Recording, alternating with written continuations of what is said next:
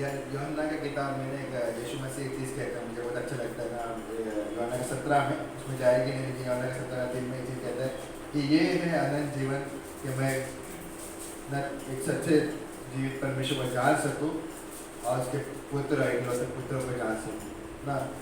सो ये एक चीज़ है कि हम परमेश्वर ने हमें अनंत जीवन दिया, और जब अनंत जीवन का मकसद है कि हम उसको जान सकें, उसने हमें बनाया परमेश्वर ने, और उस पर मकसद क्या है कि हम उसको जान सकें ना। यशायाह का किताब में 43 में इस तरीके से कहता है कि जितने भी लोग मेरे नाम से बुलाए जाए थे, यशायाह का 43 और 7वां वचन में बोलता है, जितने भी मेरे नाम से बुलाए जाते हैं उन्हें मैंने रचा है और मेरी महिमा के लिए मैंने बनाया है ना। यशायाह का 43 का 7 ना। सो एक चीज़ है ना, मैं सोच रहा था कि हमें एक मकसद क्या है, परमेश्वर ने हमें उसकी महिमा के लिए बनाया, तो उसकी महिमा करने के लिए जरूरी है कि हम उसे जाने, उसको जानना ना।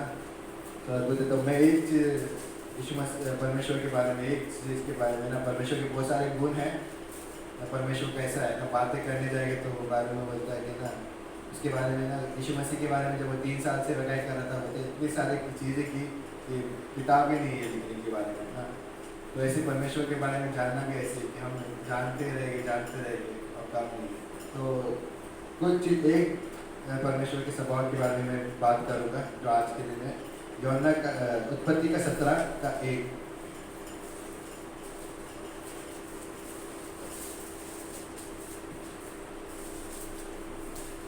इसको मैं थोड़ा अपना मनन कर रहे थे, किसी को मिला तो पढ़ सकते।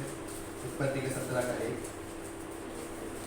वहाँ पे परमेश्वर अब्राहम से एक अपना नाम है ना प्रकट करता, बताता है अब्राहम को, और कहता है,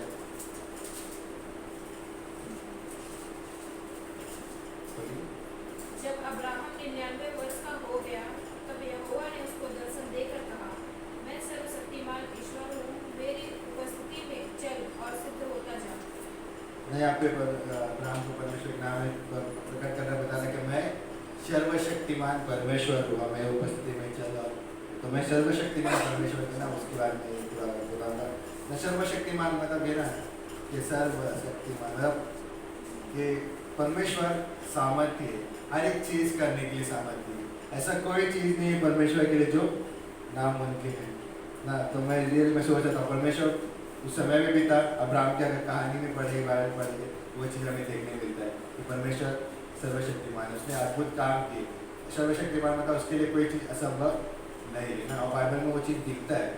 तो मैं रियली में सोच रहा था ना, मैं इस तरीके से सोच रहा था कि ना, हर एक इंसान के जीवन में हमारे कुछ ना कुछ चीज़ें जो हमें पसंद है। कई बार हम कहते हैं हॉबीज़ ना, हॉबीज़ क्या होता है, तुम्हारा हॉबी क्या है? हॉबी मतलब ना क्या चीज़ तुम्हें करना पसंद है, हर एक का अलग अलग है। किसी को रीड करना पसंद है, किसी को ना खेलना पसंद है, या किसी को वीडियो गेम खेलना पसंद है। ऐसा ना तीन लोग हैं यूट्यूब के साथ ना धैर्य ना, और वीडियो गेम बहुत पसंद है, अभी भी खेल रहा वीडियो गेम ना। रियल सबको अलग अलग चीज़ें पसंद है ना। तो किसी को ना कुकिंग पसंद होता है, हर एक अलग चीज़ में मतलब परमेश्वर को क्या पसंद है ना। तो परमेश्वर का सबसे फेवरेट का ना हॉबीज वैसे असंभव बातों को संभव करना ना, परमेश्वर का कुछ काम है ना। और बाइबल में हमारे एक चीज़ ज़्यादा एक जगह पे किसी का भी स्टोरी पढ़ी, एक चीज़ दिखता है कि परमेश्वर असंभव बातों को संभव करने वाला परमेश्वर है ना। और सर्वशक्तिमान का मतलब ये कि वो, इसलिए कोई चीज़ असंभव नहीं है। तो यशायाह का 43 में एक वचन पढ़ूंगा, आप पढ़ सकते हैं यशायाह का 43 का 19।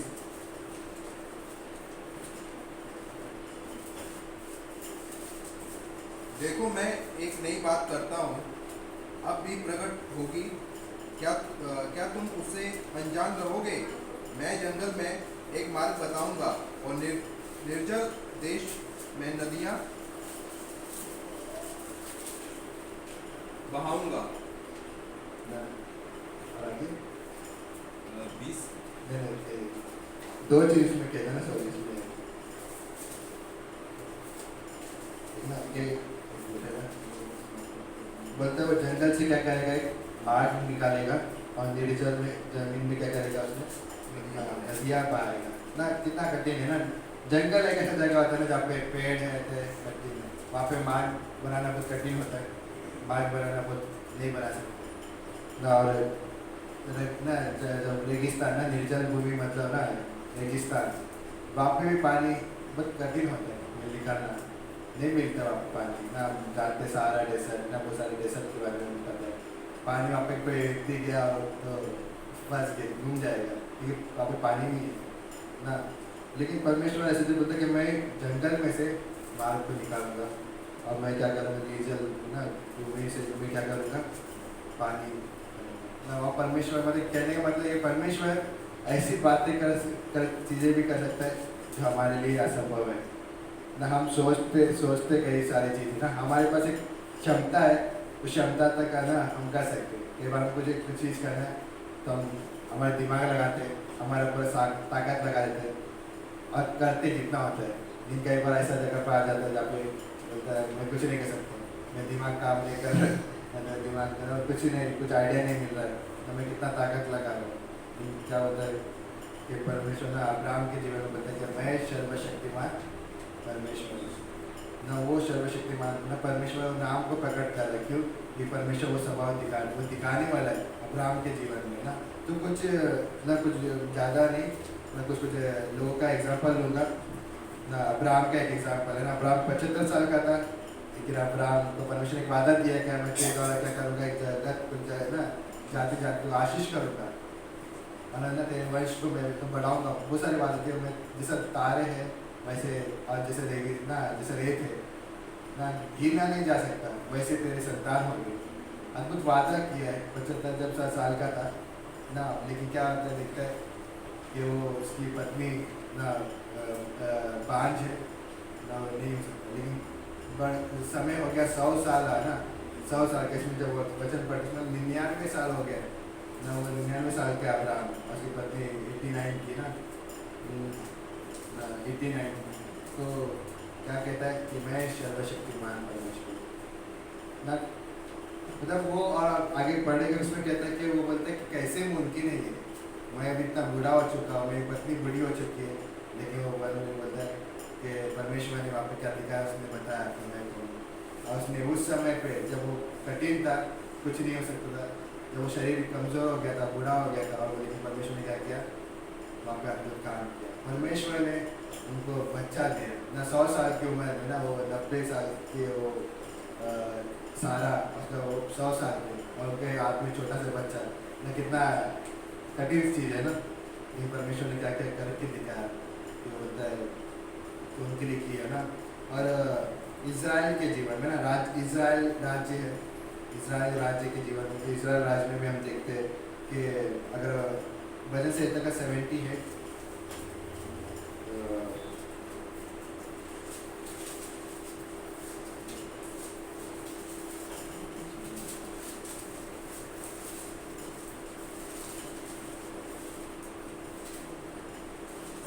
में अगर 12 से 16 में है ना, उसमें अगर पढ़ोगे तो उस 12 से लेकर 20 तक, उसमें एक चीज़ इसी के बारे में कहता है कि परमेश्वर ने क्या किया। परमेश्वर ने ना रास्ता बना, परमेश्वर ने लाल समुद्र को बांटा, और परमेश्वर ने उनको चढ़ा के लेके गया उस पानी में से, पानी को खड़ा करके। और उसमें बोलता है कि 15 में बोलता है उसने उस ना जंगल में क्या किया, पत्थर को ये करके स्प्लिट करके ना, तोड़ कर वहाँ से पानी निकाला। लेकिन फिर भी लोग सवाल पूछते हैं, अगर 20 में पढ़ने जाएंगे, क्या परमेश्वर ना 20वां वचन को पढ़ सकते हैं? इसने चट्टान पर मार के जल नहीं, बहा 19 से पढ़ सकते हैं, 19 से। वे परमेश्वर के विरुद्ध बोले और कहने लगे, क्या परमेश्वर जंगल में मेज लगा सकता है? और 20 उसने चट्टान पर मार के जल बहा तो दिया और धाराएं उमड़ चली, परंतु क्या वह रोटी भी दे सकता है? क्या वह अपनी प्रजा के लिए मांस भी तैयार कर सकता है? ना ये सवाल लोग पूछते हैं, कितना ना 19 और 20 ना, बोलते हैं कि परमेश्वर कर रहा है, देख रहे हो, फिर भी सवाल पूछते हैं, क्या परमेश्वर ने इस जंगल में मेज तैयार कर सकता है? क्या परमेश्वर ने रोटी दे सकता है, मांस दे सकता है ना? इसी सवाल हम परमेश्वर के सामने कई बात है, क्या परमेश्वर ये कर सकता है? क्या परमेश्वर वो कर सकते हैं? क्यों? क्योंकि हमारे अंदर एक क्षमता है, हम उतना सोच सकते हैं, उसके बियॉन्ड नहीं जा सकते, उसके उतना ऊपर। ये परमेश्वर बता दे कि हम क्या करें, उसको जाने कि वो सर्वशक्तिमान परमेश्वर, उसके लिए कुछ चीज़ संभव नहीं। कई बार हम परमेश्वर को सीमित करना चाहते हैं। अगर इसी में पढ़ेंगे तो उसमें बोलता है कि उन्होंने क्या किया, परमेश्वर को सीमित कर दिया। तो परमेश्वर को ऐसे सवाल पूछ के क्या कि परमेश्वर को सीमित कर दिया, मतलब हम परमेश्वर को ऐसा बता रहे कि परमेश्वर आप नहीं कर सकते ना, परमेश्वर को छोटा करना रहता है, ऐसे बॉक्स में डाल देना कि परमेश्वर आप इतना ही कर सकते हो, उससे ज़्यादा नहीं कर सकते। लेकिन परमेश्वर बोलते हैं कि ना ये करना ना, और इसमें हमने पढ़ा ना यशायाह के किताब में, और वो चीज़ है ना, गिनती में वो परमेश्वर बोलता है, गिनती का 11वां अध्याय में पढ़ेंगे तो ना ज़्यादा समय नहीं है तो मैं ना वचन नहीं बोलूँगा, बस वचन बोलना कि गिनती का 11 पढ़ सकता था। उसमें बोलता है कि मूसा भी ये सवाल पूछता है, इतने सारे प्रजाओं को कहाँ से लेकर गए, मांस कहाँ से लेकर आओगे, अगर सब जानवर को भी आप बलि करेंगे तो नहीं मिल पाएगा। तो परमेश्वर कहाँ बोलता है, क्या परमेश्वर का हाथ छोटा हो गया, क्या परमेश्वर नहीं कर सकता? वो चीज़ परमेश्वर को जानना कि परमेश्वर सामर्थ्य है, परमेश्वर सर्वशक्तिमान परमेश्वर है ना, वो चीज़ उसने किया बाइबल में ना। और एक चीज़ ना अद्भुत है कि परमेश्वर ने हमारे जीवन में भी बहुत काम किया ना, रियली ना। यशायाह का 14 का 17 में ना उसमें बोलता है कि शैतान के बारे में बताया कि शैतान के कैसे गिर गया, और उसमें एक चीज़ बोलता है कि शैतान ने इस संसार को जंगल जैसे बना दिया। यशायाह का 14 का 17 में तो ये जंगल जैसा है ना, मतलब यहाँ पर कुछ हो ही नहीं सकता ना। यहाँ पे जब आदम ने हव्वा ने पाप किया ना, क्या हो गया, परमेश्वर के ऊपर से भी चले गए, दूर हो गए ना। और वहाँ पे देखे पाप बढ़ते जा रहे हैं, वहाँ पे ऐसा लग रहा है ना परमेश्वर को शैतान ने क्या रेगिस्तान की तरह बनाया, जंगल की तरह बना दिया, यशायाह का 14 का 17। लेकिन बोलता है वहाँ पे परमेश्वर ने अद्भुत काम किया, अपने एक पुत्र ना, इकलौते पुत्र को इस संसार में भेजा, और उस इकलौते पुत्र ने इतना अद्भुत काम किया ना, हमारे लिए उस क्रूस पे जान दिया ना, हमारे लिए एक रास्ता बनाया। वो रास्ता क्या है? क्रूस ना, क्रूस पे हम विश्वास करते हैं, उसके बलिदान यीशु मसीह के अद्भुत काम पे विश्वास करते हैं। यीशु मसीह ने मेरे लिए उस क्रूस पे जान दिया, और अब मैं क्या उस ना विश्वास करने के द्वारा क्या मैं परमेश्वर संगति को बन गया, अब हमारे लिए एक रास्ता खुल गया कि मैं उसके साथ संगति कर सकता हूँ, मैं उसको जान सकता हूँ ना। वो चीज़ इफिशियो का 2 दूसरा अध्याय का 1 और 2 3 उसमें पढ़ सकते हैं। उसमें कहता है कि हम पाप में मरे हुए थे, हमने पाप और अपराधों में मरे हुए थे, लेकिन यीशु ने उसने क्या कि परमेश्वर हमें जी उठाया ना। वो कठिन था रियली, मतलब किसी इंसान को बदलना किसी इंसान के हाथ में नहीं है। हम किसी को बोल सकते कि तुम बदल जाओ ना, अरे तुम्हारे सब आशा नहीं है, चेंज होता ना, तुम ये करो, और हम लेकिन नहीं बदल सकते किसी को, इंसान को हमारे अंदर वो ताकत नहीं है, लेकिन सर्वशक्तिमान परमेश्वर के पास सामर्थ है, वो हमें बदल सकते हैं। और हमने देखा, हम यहाँ पर इसलिए बैठे क्योंकि उसने हमारे जीवन में काम किया। हम अलग अलग जगह पे थे, लेकिन परमेश्वर ने हमारे अंदर ऐसे काम किया जो कोई नहीं कर सकता ना। वो उसने हमें सर्वशक्तिमान परमेश्वर के वो सामर्थ के द्वारा किया ना। और वही परमेश्वर चाहता है कि हम हर एक दिन उस पर विश्वास करते चले कि वो उसके लिए कुछ असंभव नहीं है ना। तो कई बार ना ये सवाल आता है, बहुत सारी चीज़ें हम जानते हैं, जैसा अभी सुनने में आया ना, सुनने में आएंगे कोरोना ना, अभी लॉकडाउन फिर से बढ़ेगा, लॉकडाउन लगेगा तो बहुत सारे लोग चिंता है ना। कई बार से पिछले साल का याद आया, अरे पिछले साल लॉकडाउन लगा था, कैसा कठिन था, अभी लगेगा तो क्या हो गया। तो बहुत सारी चीज़ें हम सोचते हैं ना, और बहुत सारी चीज़ें होती है हमारे जीवन में, और कई बार विश्वास करना कठिन होता है।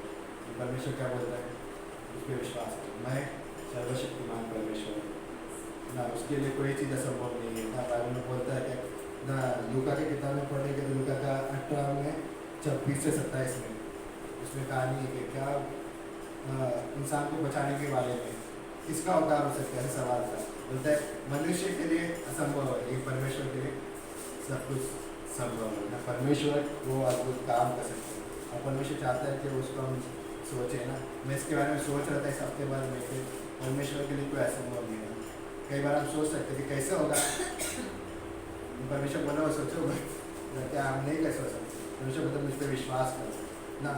तो इसलिए मैं ऑफरिंग का भी इसके बारे में सोचा था, ऑफरिंग का ऐसे ना लिए मलाकी का किताब में इस तरीके से कहता है, मलाकी का अगर किताब पढ़ो तो किसमें में ये बोलता है कि परमेश्वर ने कहा है ना कि दशवांश के बारे में, कि भंडार में क्या करो, दशवांश लेके आओ ना उसका स्टोर हाउस में बोलता है कि दशवांश का मतलब क्या है कि हम हमारा जो सैलरी होता है ना उसमें से क्या कहते हैं हम अपना 10वां ना 1/3 ना 10वां हिस्सा मतलब जैसे 10,000 सैलरी है तो उसका 10वां पार्ट क्या होता है 1,000 ना किसी का 20 है किसी का 15 सबका अलग है तो सबका दशवांश अलग अलग हो सकता है लेकिन बोलते हैं कि लेके आओ अब बोलते हैं इसके द्वारा तुम मुझे परख के देखो क्या मतलब मैं स्वर्ग की खिड़कियाँ ना खोल दो तुम्हें आशीष करूँगी ना बाइबल में बोलते हैं कि परखो मत परमेश्वर को लेकिन इस जगह पे परमेश्वर खुद बोलते हैं मुझे परख के देखो मैं कर सकता तुम्हारे लिए ना परमेश्वर देखो चीज़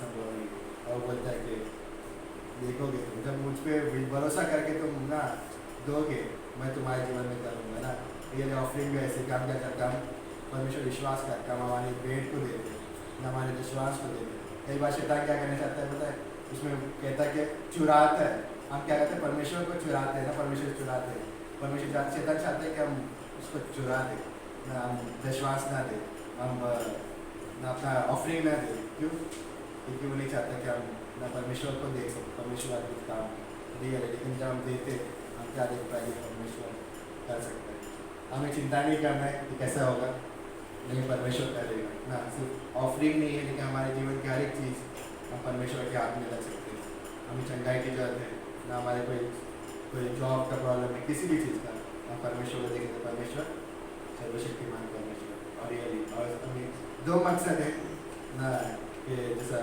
इशारा का 43 का मैंने पढ़ा था ना कि जिसे मैंने बनाया मेरी महिमा के लिए परमेश्वर कहता है कि जब हम 2 चीज़ें तो मैं परमेश्वर को देखूँ परमेश्वर की महिमा करो उसमें और क्या करो विश्वास करो हमारी वजह से ना विश्वास करो कि गॉड कर सकते हो रिलैक्स करो ना चिंता नहीं करना को यही चाहते हैं कि हमारे जीवन में कि इस पर विश्वास करें वो सर्वशक्तिमान परमेश्वर हमें प्रार्थना करें परमेश्वर धन्यवाद करें परमेश्वर धन्यवाद करें परमेश्वर तो समय के लिए परमेश्वर धन्यवाद करते आपने यहाँ पे इकट्ठा किया परमेश्वर धन्यवाद करते परमेश्वर आपने हमारे जीवन में कुछ काम किया परमेश्वर ऐसा कोई नहीं कर सकते परमेश्वर हमारे लिए परमेश्वर जो आपने किया परमेश्वर धन्यवाद करते परमेश्वर आपने हमारे लिए मार्ग तैयार किया परमेश्वर जंगल में परमेश्वर और वो परमेश्वर वो मार्ग परमेश्वर आपकी ओर जाता है परमेश्वर आपने परमेश्वर हमें जब पाप में मरे हुए थे परमेश्वर आपने परमेश्वर में जिलाया परमेश्वर आपने आपकी संगति में जोड़ा धन्यवाद करते परमेश्वर आप सर्वशक्तिमान परमेश्वर और आप ये चाहते कि हम विश्वास करें हम पर परमेश्वर किस नाम पर परमेश्वर और ऐसा जिए परमेश्वर हेल्प कर परमेश्वर आपको देख पाए परमेश्वर या आपकी सर्वशक्तिमान सामर्थ को देख पाए परमेश्वर किस तरीके से काम करते परमेश्वर हेल्प करो परमेश्वर विश्वास से हम जिए परमेश्वर संसार में ताकि परमेश्वर जब हम उस काम को होते हुए देखे हम आपको महिमा दे परमेश्वर धन्यवाद करते परमेश्वर धन्यवाद करते इस भेंट का आप क्या तुम्हें तो परमेश्वर एक व्यक्ति का आप क्या तुम्हें तो परमेश्वर ये उत्साह से परमेश्वर आपको दे परमेश्वर हेल्प करो परमेश्वर हेल्प करो धन्यवाद करते परमेश्वर इस बात में यीशु मसीह के नाम से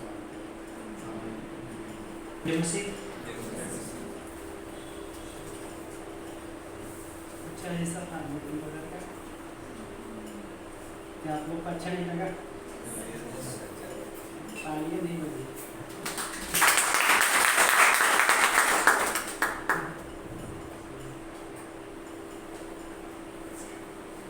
वचन पढ़ते हैं ना मत्ती का अध्याय 13 से मत्ती का अध्याय 13 और वचन नंबर 1 से पढ़ते हैं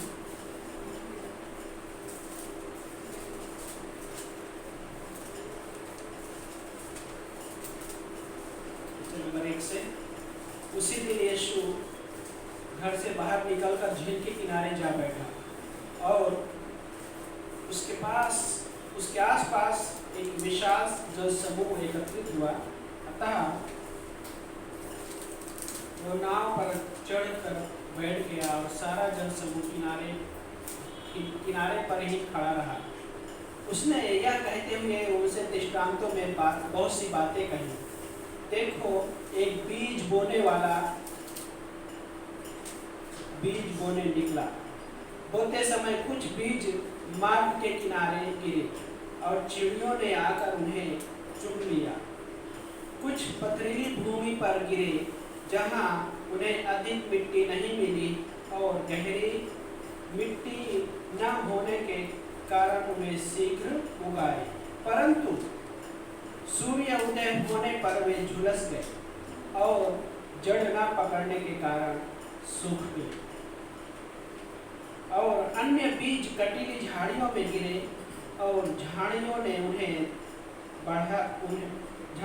बढ़कर उन्हें दबा दिया, परंतु कुछ बीज अच्छी भूमि पर गिरे और फल लाए, कोई 100 गुना, कोई 60 गुना, कोई 30 गुना। जिसके कान हो वो सुन ले, है ना। सो प्रार्थना करते हैं। पवित्र परमेश्वर धन्यवाद करते प्रभु इस समय के लिए, इस हिस्से के लिए प्रभु। तो इस हिस्से को ब्लेस कीजिए परमेश्वर, आपके सामर्थ्य के द्वारा प्रभु, पवित्र आत्मा के द्वारा प्रभु हमसे जो बातें कीजिए प्रभु। प्रभु ये वचन प्रभु आपके कहे हुए वचन है परमेश्वर, और इसमें एक सामर्थ्य है परमेश्वर, इसमें एक जीवन है परमेश्वर, और प्रभु जीवन हर एक के हृदय में डालने की इस समय यीशु मसीह के नाम से प्रार्थना करते हैं, आमीन। सो कहानी है ना, किसान के बारे में सुने होंगे। किसान कैसा होता है, खेती करना उसका काम होता है। और यहाँ पे प्रभु यीशु मसीह कुछ कहानी जैसा बता रहा है। दृष्टांत में इस कहानी, और उस कहानी में एक हिस्सा होता है। और यहाँ पे किस प्रकार से यीशु मसीह बोलता है कि क्या बोलता है वहां पे, देखो एक बीज बोने वाला बीज बोने निकला। किसान क्या बीज बोने के लिए निकला, उसने बीज बोया। तो पहला बीज कहाँ पे गिरा, मार्ग के किनारे गिरा। जब मार्ग के किनारे गिरा तो क्या हो गया, वहां पे क्या बोलता है, चिड़िया आकर चुग ले गई। देन दूसरी बीज के बारे में बताता है कि वो किस प्रकार की भूमि पर गिरा। दूसरा बीज पथरीली भूमि पर गिरा। जब पथरीली भूमि पर गिरा तो क्या हो गया कि वो गहराई में नहीं जा सका बीज, वो गहराई में नहीं जा सका। तो क्या होता है कि जल्दी से उग आया।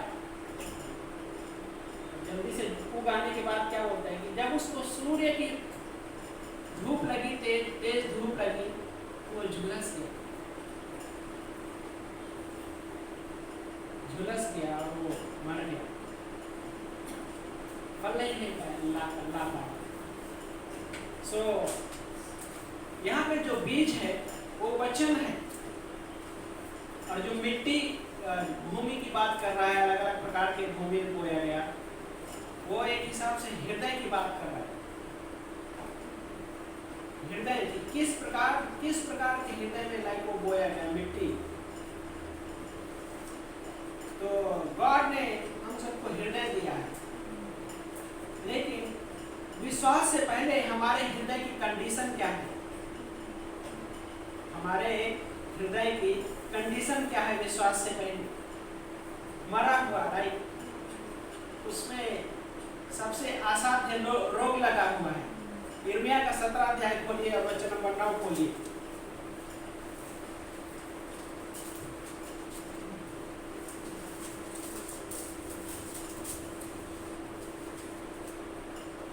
यिर्मयाह का 17 अध्याय वचन नंबर 9 क्या कहता है वहां पे, मन तो सब वस्तुओं से अधिक धोखेबाज होता है, हृदय सबसे अधिक क्या होता है, धोखेबाज होता है। क्या आप किसी ऐसे व्यक्ति पे विश्वास किए हैं जो बहुत धोखेबाज हो? कठिन होता है। हाँ मनीष जी, धोखेबाज हृदय पे विश्वास करना बहुत कठिन होता है। लेकिन हृदय के बारे में गॉड कहता है कि हमारा हृदय, हमारा मन तो सबसे अधिक धोखेबाज है। कई बार मनुष्य इंसानों के बारे में परिभाषा दे देता है बाहर से देखकर कितना भला मनुष्य है वो, है ना? बहुत हृदय का अच्छा है, लेकिन उस व्यक्ति की कंडीशन कैसा है? बहुत धोखेबाज हृदय है उसका। और उसके बारे में आगे क्या कहता है? और असाध्य रोग से ग्रस्त है, उसे कौन समझ सकता है?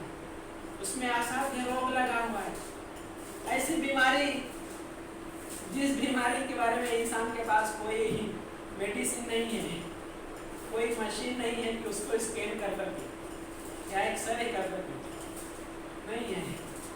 हार्ट को एक बार, है ना, ओपन हार्ट करके सर्जरी कर सकते हैं, लेकिन ये जो हृदय है, ये जो हार्ट है, इम्पॉसिबल, मनुष्य के बस में नहीं है उस रोग को अच्छा करने के लिए।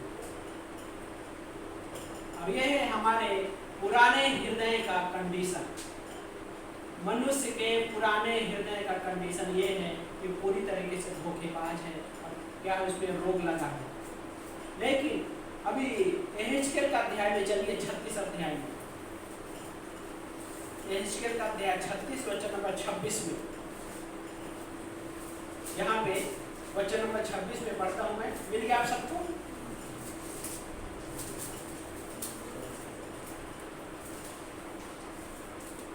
वचन नंबर 26 में, और फिर मैं तुम्हें एक नया हृदय दूंगा और तुम्हारे भीतर एक नई आत्मा उत्पन्न करूंगा और तुम्हारे देह में से पत्थर का हृदय निकालकर तुम्हें मांस का हृदय दूंगा। गॉड क्या बोलता है कि मैं तुम्हें एक नया हृदय दूंगा। उस हृदय को रिपेयर नहीं करूंगा। क्यों? उसका रिपेयर नहीं किया जा सकता।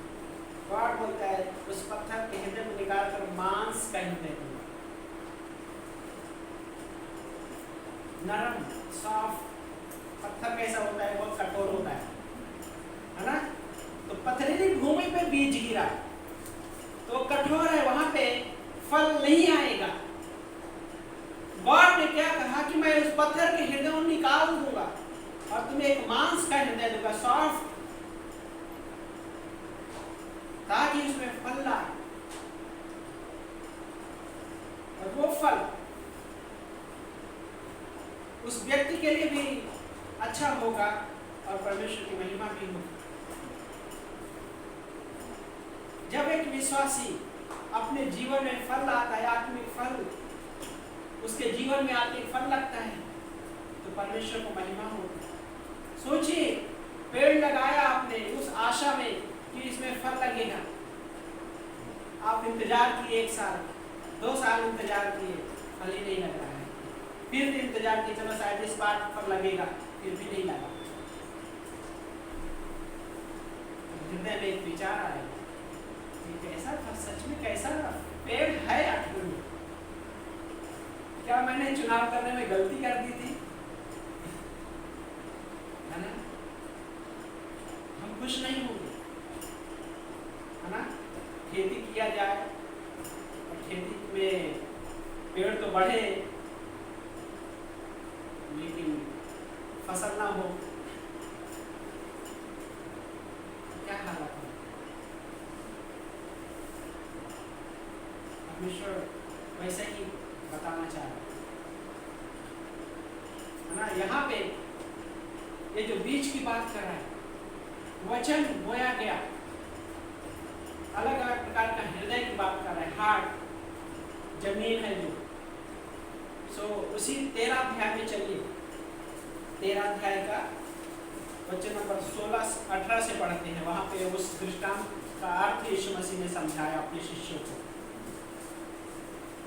18 वचन में कहता है कि अब बोने वाले का दृष्टांत सुनो। जब कोई व्यक्ति राज्य का वचन बोता है, राज्य का वचन सुनता है और उसे नहीं समझता, तो वह दुष्ट आकर जो कुछ उसके हृदय में बोया गया था छीन ले जाता। क्या? वचन तो बोया गया लेकिन नहीं समझ पाया, तो वो दुष्ट क्या करता है? आके छीन ले जाता है। कौन है वो दुष्ट? शैतान। वचन तो सुना लेकिन समझ में नहीं आया। क्यों? क्योंकि वो वचन मैं उस पुराने हृदय में सुना था।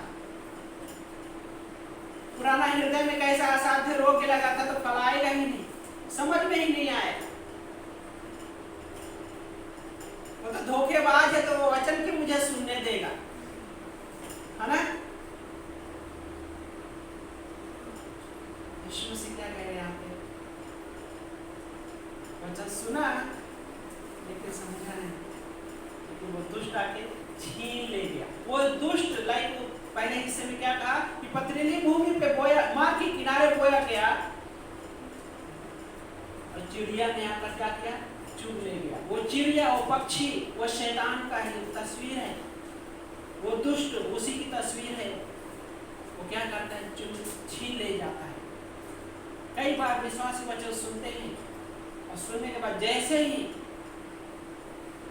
कलीसिया से बाहर निकले, जैसे ही सोमवार शुरू हुआ, छीन ले जाता है। क्या सुना था पता नहीं, शैतान क्या करता है? वो दुष्ट छीन ले जाता है। लेकिन दूसरे बीज के बारे में कहता है वहां पे, यह मार्ग के किनारे वो भूमि है जिस पर बीज बोया गया था ना, और दिन आगे, और पथरीली भूमि जिस पर बीज बोया गया था, यह वो मनुष्य है जो वचन सुनकर तुरंत आनंद पूर्वक ग्रहण कर लिया। वाह, ये हिस्सा, वचन सुना, आनंद पूर्वक ग्रहण किया, हाँ बहुत अच्छा, बहुत अच्छा। लेकिन क्या हो गया? उस वक्त आनंद मनाया, लेकिन आगे उसके बारे में लिखा है, फिर भी अपने आप में गहरी जड़ नहीं रखता, इसलिए थोड़े समय का है, और जब वचन के कारण क्लेश सताव आता है वो तुरंत ठोकर खाता है। कैसे? जब क्लेश और सताव, जब लाइफ उथल पुथल होने लगती है, तो बोलता है ये तो यार वचन किसी मतलब नहीं, क्या बोलता है, मेरे जीवन में कुछ फायदे का नहीं है, कुछ काम का नहीं है। क्यों? गहराई में नहीं गया वो वचन, गहराई में नहीं गया, वो हृदय के उस पार्ट में नहीं गया जिस पार्ट में फल लेकर आना था। तो दुनिया क्या हो गया उसके लाइफ में? जब तकलीफें आई, परिस्थितियां थोड़ा उल्टी हो गई, अभी तो अच्छा चल रहा था, लेकिन ये क्या अचानक हो गया? मैं तो सोचा था कि यीशु मसीह में विश्वास करूंगा तो सारी चीजें दूर हो जाएंगी, लेकिन ये क्या हो गया? उल्टा हो गया। शायद परमेश्वर खुश नहीं मेरे से, है ना?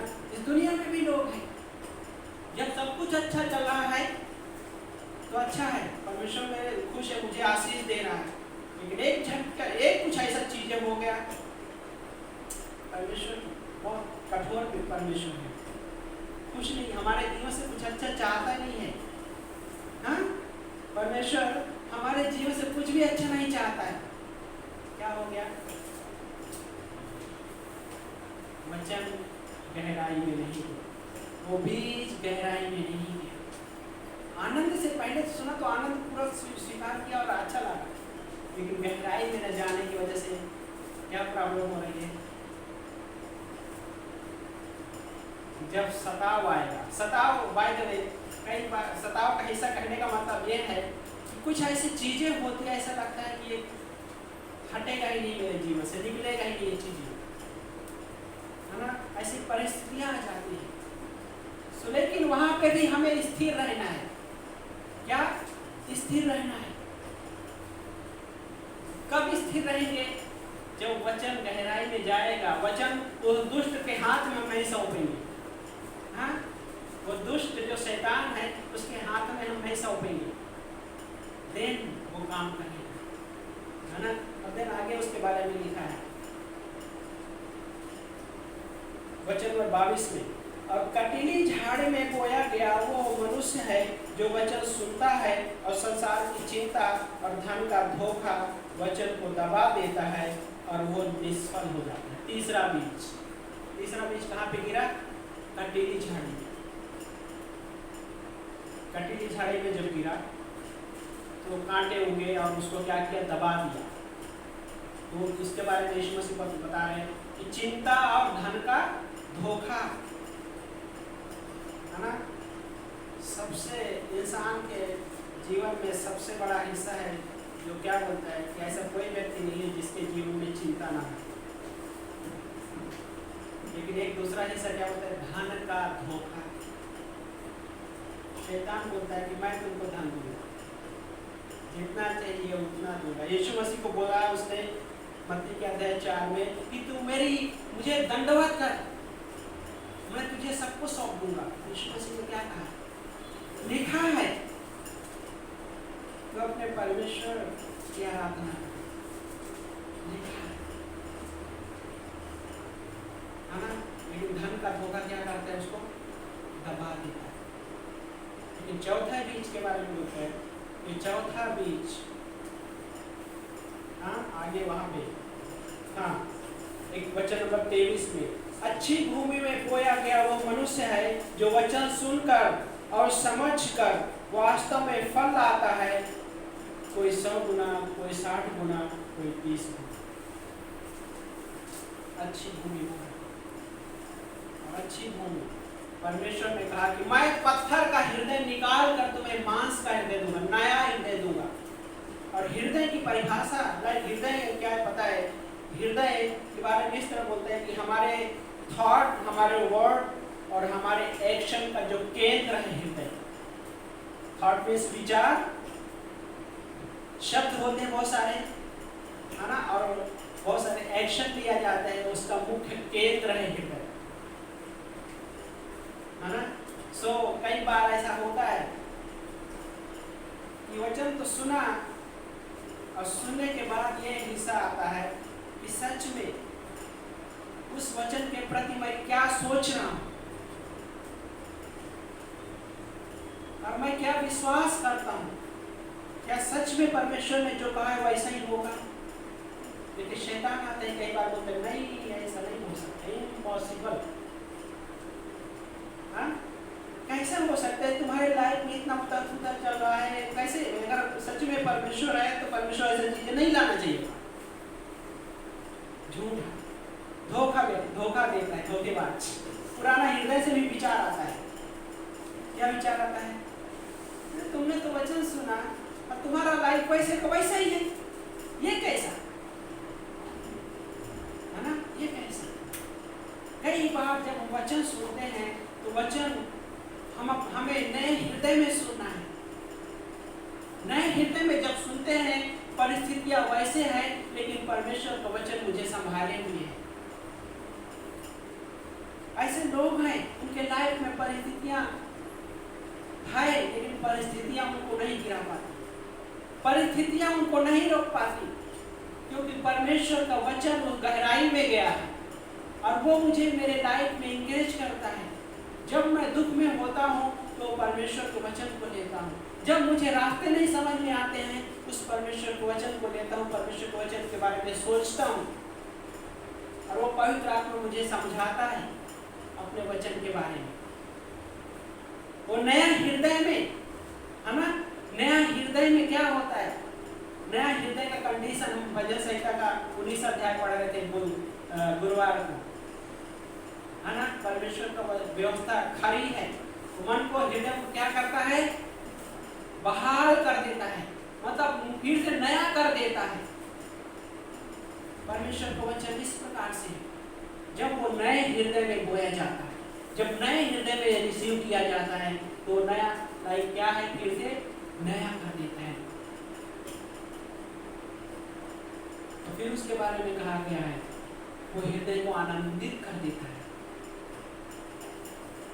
हृदय को आनंदित कर देता है। सेकंड जो भूमि थी जब बोया गया मार्ग के किनारे, तो उसके बारे में क्या बोलता है कि थोड़े ही सुनने के बाद क्या बोलता है, ये आनंदित हुआ, लेकिन बाद में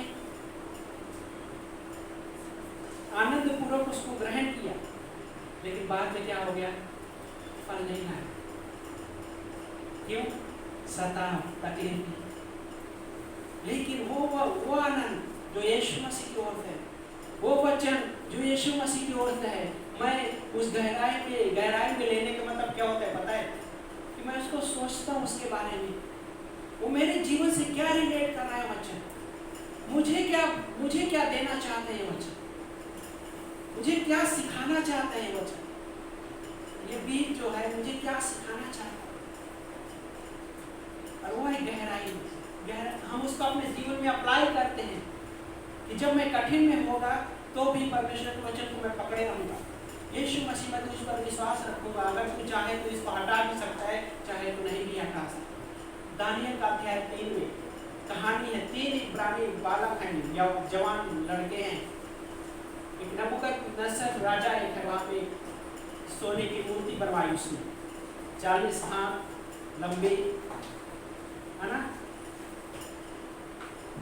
ऊंची और चौड़ी भी बनाया उसने, और उसने पूरा राजाज्ञा निकलवा दिया।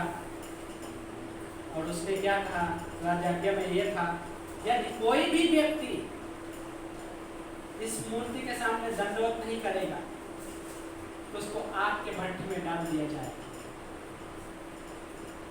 लेकिन ये 3 जो परमेश्वर पे विश्वास करने वाले लड़के थे, और इन्होंने कहा देखो राजा, हम तुम्हारे इस मूर्ति के सामने नहीं झुके, हम उस जीवित परमेश्वर पे विश्वास करते हैं, उसका वचन सामर्थ्य है। और उन्होंने कहा राजा, भले तू चाहे हमको भट्टी में डाल दे, कुछ भी कर दे, लेकिन हम इस मूर्ति के सामने आराधना नहीं करेंगे। और बाइबल कहता है कि भट्टी का जो तेज है 7 गुना तेज कर दिया, बढ़ा दिया गया, और उस भट्टी आग के भट्टी में डाल दिया गया। लेकिन क्या बोलता है उस हिस्सों में, वो लोग क्या बोलते हैं, हे नबूकदनेस्सर राजा, हमारा परमेश्वर हमें बचा सकता है, अगर नहीं भी बचाया तो भी हम इस मूर्ति के सामने नहीं झुकेंगे। ये उनका कन्विक्शन था, क्योंकि वचन गहराई में गया था। हालातें बहुत कठिन लग रही है इंसानी दिमाग में, इंसानी सोच के अनुसार, अभी 7 गुना भट्टी में डाल दिया जाएगा, है ना, जीवन में जो तकलीफें हैं, तकलीफों की मात्रा बढ़ रही है, हाँ, मुसीबतों की मात्रा बढ़ रही है, कैसे पता नहीं कैसे पूरा होगा, घर का खर्चा कैसे चलेगा पता नहीं, हाँ, क्या होएगा घर में कुछ पता नहीं। लेकिन वो क्या कह रहे हैं, राजा हम इस मूर्ति के सामने नहीं झुकेंगे, हमारा परमेश्वर हमें बचा सकता है, यदि नहीं भी बचाया तो हम इस मूर्ति की आराधना नहीं करेंगे। वचन गहरे हृदय में बोया है, वचन गहराई में रिसीव किया था उन्होंने, रिसीव किया इस वजह से। और फिर क्या होता है, उस भट्टी में डाल दिया जाता है उनको। और बाइबल कहता है कि जिन लोगों ने उनको डाला वो एकदम नष्ट हो गए, लेकिन बाइबल बोलता है उनके एक बाल भी नहीं झुलसे, एक बाल, है ना, हेयर, रोआ पतला है, इस बाल से ज्यादा पतला होता है, वो भी नहीं झुलसे। और राजा के लोग वहां पे देखा कि चौथा एक व्यक्ति है जो उनके साथ में घूम रहा है, वो है यीशु मसीह। आपकी परिस्थितियां उल्टी हो सकती हैं, आपके जीवन में परिस्थितियां हो सकती हैं, लेकिन यीशु मसीह वहां पे है, वहां पे है, आपके आसपास में यीशु मसीह है। यीशु मसीह क्या सिखाना चाहता है, मेरा वचन तुम्हारे साथ है, मैं तुम्हारे साथ। तुमको पता है तुमने वो संडे क्या सुना था, तुमको पता है तुमने उस गुरुवार को क्या सुना था, तुमको पता है मंगलवार को तुमने क्या सुना था, तुमको पता है बुधवार को तुमने क्या सुना था, क्या पढ़ा था। यीशु मसीह बोलते हैं मैं तुम्हारे साथ। ये परिस्थितियां तुम्हारी लाइफ को नष्ट नहीं करने पाएगी, क्योंकि मैं परमेश्वर, इसीलिए तो बोलते हैं क्योंकि मैं परमेश्वर सर्व सामर्थी परमेश्वर, मैं संभालू। दानियल के बुक में तीन जो नौजवान व्यक्ति थे, तीनों सही एकदम वैसे को वैसे सुरक्षित रहे, एक भी उनकी हानि नहीं होने पाई, एक भी थोड़ा भी हानि नहीं होने पाया, क्योंकि परमेश्वर बोलता है मैं तुम्हारे साथ, मैं तुम्हारे साथ हूँ। हमें उन वचनों को उस नए हृदय में हमें रिसीव करना, नए हृदय में, है ना। जब नए हृदय में हम रिसीव करते हैं तो हालातें हमको नहीं भटका पाती, हालातों में भी हम स्थिर होते हैं, क्योंकि वचन हमने रिसीव किया है उस नए हृदय में, है ना। उसको गहराई में जाने दिए हम, और विश्वासी तब वो फल लेकर आता है उसके जीवन में। कैसा? 100 गुना, 60 गुना, 30 गुना। मैटर नहीं करते आप कितना गुना फल लेकर आते हैं, मैटर ये करता है कि आपके जीवन में वचन जो बोया गया है वो अधिकारी से बस नहीं पाए, है ना। तो उसके बाद 3 में क्या बोलते हैं, वचन को अधिकारी से बसने दो, वचन को अधिकारी से बसने दो, है ना। अधिकारी से बसने में क्या होता है पता? 2 तरीके का होता है, टेम्पररी होता है, एक परमानेंट होता है ना। लाइक महाराष्ट्र में जिसके खुद का रूम नहीं है, रेंट पे रहे, टेम्पररी है ना। लेकिन एक खुद का रूम है जो स्वर्ग में है, वो परमानेंट रहेगा, हाँ, वो परमानेंट रहेगा। तो वो जो हम वचन सुनते हैं उसको इस तरह से बसने देना है हृदय में हमारे, अधिकारी से भी वही कि उसको वो दुष्ट छीनने ना पाए। कब नहीं छीन पाएगा?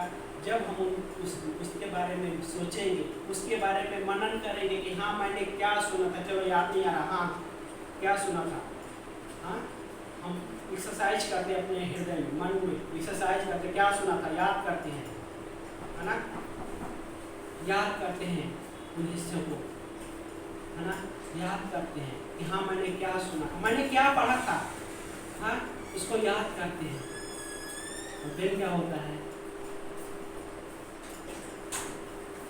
परमेश्वर हमें पवित्र आत्मा के द्वारा हेल्प करता है कि हम फिर से याद करने पाते हैं कि क्या मैंने सुना था, मैंने कौन से हृदय में सुना था। यीशु मसीह क्या बोल रहे हैं? जिसके कान हो वो सुन ले। गॉड ने हमें कान दिया है, नया हृदय नहीं दिया है। लेकिन दूसरा जगह क्या बोलता है? सतर्क रहो कि तुम क्या सुनते हो और कैसे सुनते हो। ये क्या सुनते हो और कैसे सुनते हो। परमेश्वर के वचन को हम उस नए हृदय में सुनना है, नए हृदय में रिसीव करना है और उन पर मनन करते हैं, देन वो फल लेकर आए। फल हमारे आत्मिक जीवन की ग्रोथ होगी, आत्मिक जीवन ग्रोथ होगी, तब वो परिस्थितियाँ आएगी। ऐसा नहीं है कि विश्वासी जीवन में ऐसी परिस्थितियाँ नहीं आए, लेकिन उस समय में परमेश्वर के वचन को लेके खड़ा हो। परमेश्वर आपने कहा है टेम्पररी है ये चीज़, परमानेंट नहीं। यीशु मसीह बोलता है कि मैं तुम्हारे साथ हूँ, मैं वो सर्वसामर्थी परमेश्वर हूँ। क्या तुम उस पर भरोसा नहीं रखना चाहते हो? मैं यह असंभव चीज़ों को संभव कर सकता हूँ, मैं बदल सकता हूँ। यीशु मसीह बोलता है जब हम पढ़ते हैं तो परमेश्वर खुश होता है हमारे बारे से, क्योंकि वो वचन गहराई में जा रहा है, वो वचन दुष्ट नहीं छीनने पा रहा है।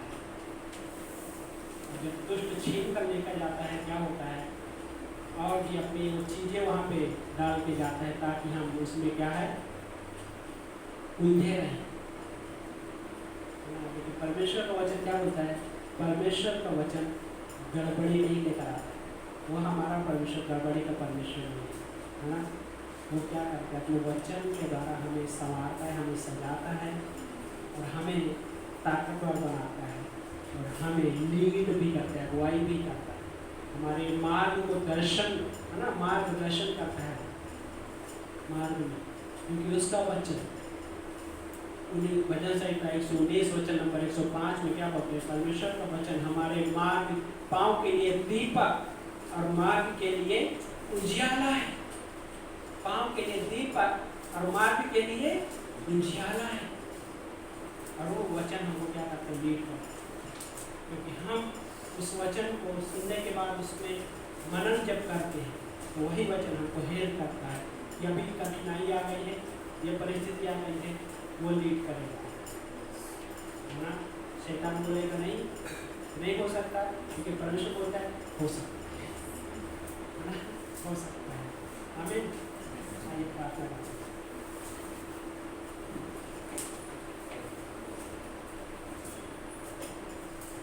पवित्र परमेश्वर धन्यवाद करते प्रभु इस समय के लिए और इस दिन के लिए जो आपने हमें दिया प्रभु, कि आपका वचन प्रभु हेल्प करो परमेश्वर, कि आपके वचन प्रभु जब हम पढ़ें, जब हम सुने, जब हम उनके बारे में बातें करते परमेश्वर गहराई में जाने पाए परमेश्वर, ताकि प्रभु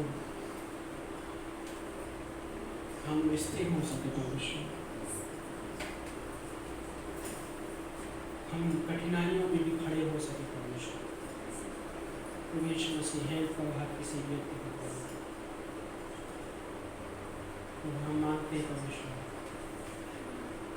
हर एक जीवन को प्रभु आप मदद कीजिए परमेश्वर। राजाओं के राजा प्रभु के प्रभु हेल्प करो परमेश्वर कि हम आपके वचनों को प्रभु नए हृदय में सुन सके, रिसीव कर सके परमेश्वर। पुराना हृदय तो बहुत धोखेबाज है, उसमें असाध्य रोग लगा हुआ है, लेकिन प्रभु आपने हमें एक नया हृदय दिया, नया मन दिया है प्रभु, वहाँ पे हम आपके वचन को प्रविष्ट कर सके परमेश्वर। धन्यवाद करते हैं परमेश्वर। प्रभु हम मानते हैं यहाँ पे बैठे हुए हर एक व्यक्ति के जीवन को प्रभु आप हेल्प करो परमेश्वर। प्रभु आप हेल्प करो वचन में बढ़ने के लिए परमेश्वर। आप हेल्प करो परमेश्वर के जीवन में प्रभु बहुत सारे निर्णयों में परमेश्वर। यस आप धन्यवाद करते परमेश्वर।